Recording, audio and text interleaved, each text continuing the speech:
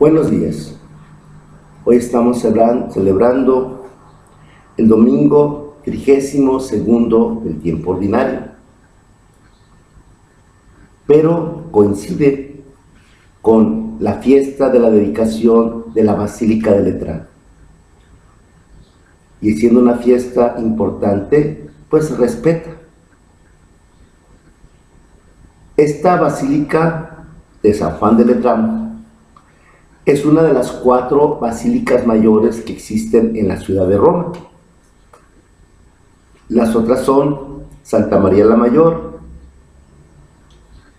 San Pedro del Vaticano y San Pablo Extramuros. Esta basílica, su nombre es la Archibasílica del Santísimo Redentor, pero es más conocida por la Basílica de San Juan, porque tiene 2 hermosas capillas, una dedicada a San Juan Bautista, otra a San Juan Evangelista. Y el Letrán o Laterano era porque era la posesión de una familia que se apellidaba la familia Letrán. Venidos a menos, el emperador se hace de sus posesiones y esa basílica, ese palacio, era un palacio de ellos, se lo entrega a la iglesia. Y la iglesia ahí construye la primera gran basílica. Esta es la primera gran basílica que la iglesia tuvo, por eso ese respeto que se le tiene hasta la fecha. Aparte, es la catedral del Papa ahí en Roma. Por cerca de 1200 años los papas ahí residieron. Hasta después que vino el exilio de Aviñón, cuando se tuvieron que ir a Aviñón, cuando regresaron, ya se movieron hacia lo que es actualmente el Vaticano. Ahí, en el Laterano, pues, en San Juan de Letrán, ocurrieron cosas muy importantes para la iglesia y para nosotros también. Ahí fue donde San Francisco se encontró con el Papa Inocencio III. Cuando San Francisco logró reunir 12 frailes, fue al encuentro del Papa ahí precisamente en San Juan de Letrán. Afuera de la Basílica de San Juan de Letrán hay una estatua muy bonita de San Francisco, así en actitud de mucha, así como contemplando la iglesia. Ahí pues ocurrieron muchas cosas importantes para la iglesia. Tiene en su portada una frase que dice: cabeza y madre de todas las iglesias de la ciudad de Roma y de toda la tierra. En esa celebración nosotros tomamos en cuenta principalmente 2 cosas. Una, la valoración de la iglesia. La iglesia que no solo son sus edificios, la iglesia que somos la comunidad de los creyentes. Y por otra, la valoración del vínculo que tiene la iglesia con el Papa, porque esa es su catedral. Podríamos decir también una valoración de nuestro propio cuerpo como templo de Dios. Eso lo dicen las lecturas. La primera lectura, tomada del libro del profeta Ezequiel, es una lectura donde se ve cómo del templo mana un torrente de agua que va saneando, que va llenando de vida donde quiera que pase. En sus torrentes, todo lo que toca ese torrente tiene vida. Y esta agua, este manantial de agua que corre del templo, nos hace pensar en cada templo que es como un manantial de donde brota un agua viva, el agua viva de los sacramentos. Cualquier parroquia, cualquier templo con la celebración de la misa, con la celebración de los sacramentos, donde se confiesa, donde se da la comunión, donde se hace oración, pues son torrentes de agua viva que le dan al pueblo la salud, le dan al pueblo los bienes, le dan al pueblo los dones, le dan al pueblo tantas cosas. Por eso es importante valorar cada iglesia. A mí se me hace triste la gente que no siente necesidad de ir a la iglesia. Dice, no, yo no ocupo ir al templo, Dios está aquí conmigo. La gente que dice eso me hace pensar cómo San José y la Virgen llevaron al niño Jesús al templo. ¿Qué necesidad tenían ellos? Pueden decir, no hombre, pues aquí tenemos a Dios a un lado, ¿para qué vamos al templo?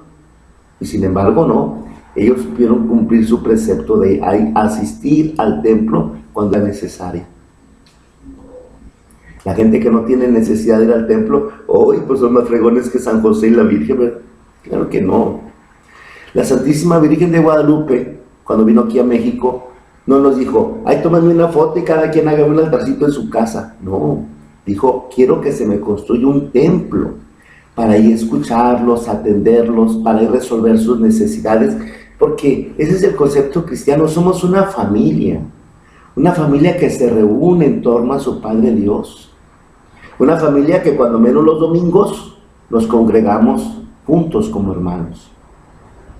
Es un aspecto que se quiere valorar en este día, la iglesia como ese templo donde nos reunimos. San Pablo dice de una manera muy interesante también en la carta a los Corintios, la primera carta a los Corintios, que nosotros somos templos del Espíritu Santo. Nos dice así muy bonito, ustedes son la casa que Dios edifica. Yo por mi parte, correspondiendo al don que Dios me ha concedido, como un buen arquitecto he puesto los cimientos. Otro es quien construye sobre ellos. Cada quien fíjese cómo va construyendo.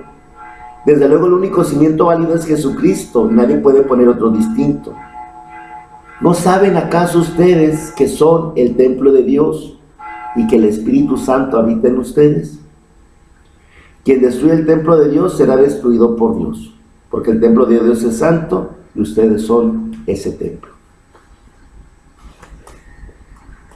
Cada cuerpo humano tiene esa dignidad de ser imagen y semejanza de Dios, pero el cuerpo de los bautizados además alcanza una dimensión sacral.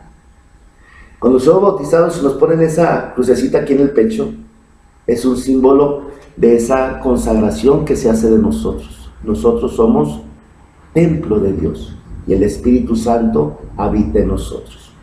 Otro aspecto entonces que hay que considerar ese día es la dignidad de nuestro propio cuerpo. Qué bueno que lo cuidemos, que lo saquemos a caminar, que no le echemos sustancias extrañas como humo, alcohol, otras cosas peores. Qué bueno que respetemos la dignidad de los cuerpos de las personas. Por ejemplo, cosas como la pornografía o la prostitución, San Pablo nos dice, ¿verdad?, atentan contra la dignidad de un cuerpo que es templo del Espíritu Santo. Con esa dignidad debemos ser tratados y tratar a los demás. El Evangelio nos presenta a Jesús cuando purifica el templo. El Evangelio según San Juan nos dice que cuando se acercaba la Pascua de los judíos, llegó Jesús a Jerusalén y cuando vio lo que habían hecho del templo, un mercado prácticamente, y es que era básico en el templo el sacrificio de animales, y la gente que venía de lejos, ni modo que venían cargando un animal, ahí tenía que comprarlo, y de ahí se desprendieron muchísimas cosas. Y entonces Jesucristo hizo un látigo de cordeles, dice aquí la palabra de Dios, y echó fuera a todos, con todo y ovejas y bueyes. A los cambistas les volcó las mesas y les tiró al suelo las monedas. A los que vendían paloma les dijo, quiten todo eso de aquí y no conviertan en un mercado la casa de mi Padre. El aspecto también muy importante en este día es la vinculación que tenemos con el Papa, porque repito, es su catedral la que estamos celebrando. Papa es el vínculo de unidad de la iglesia. Jesucristo escogió de entre sus muchos discípulos un grupo de 12, y de entre esos 12 escogió un líder que fue San Pedro. ¿Habrá sido el mejor? ¿Habrá sido el peor? ¿Se lo merecería? ¿No se lo merecería? Eso fue criterio de Dios. Dichoso tú, Pedro, porque esto no te lo ha inspirado la carne, sino a la sangre, ni en la sangre, sino mi Padre que está en los cielos, dijo Jesús. Dichoso tú, Pedro. Pues así, es Dios quien le dio a Pedro esa autoridad y Pedro supo corresponder por más fallas humanas que haya tenido.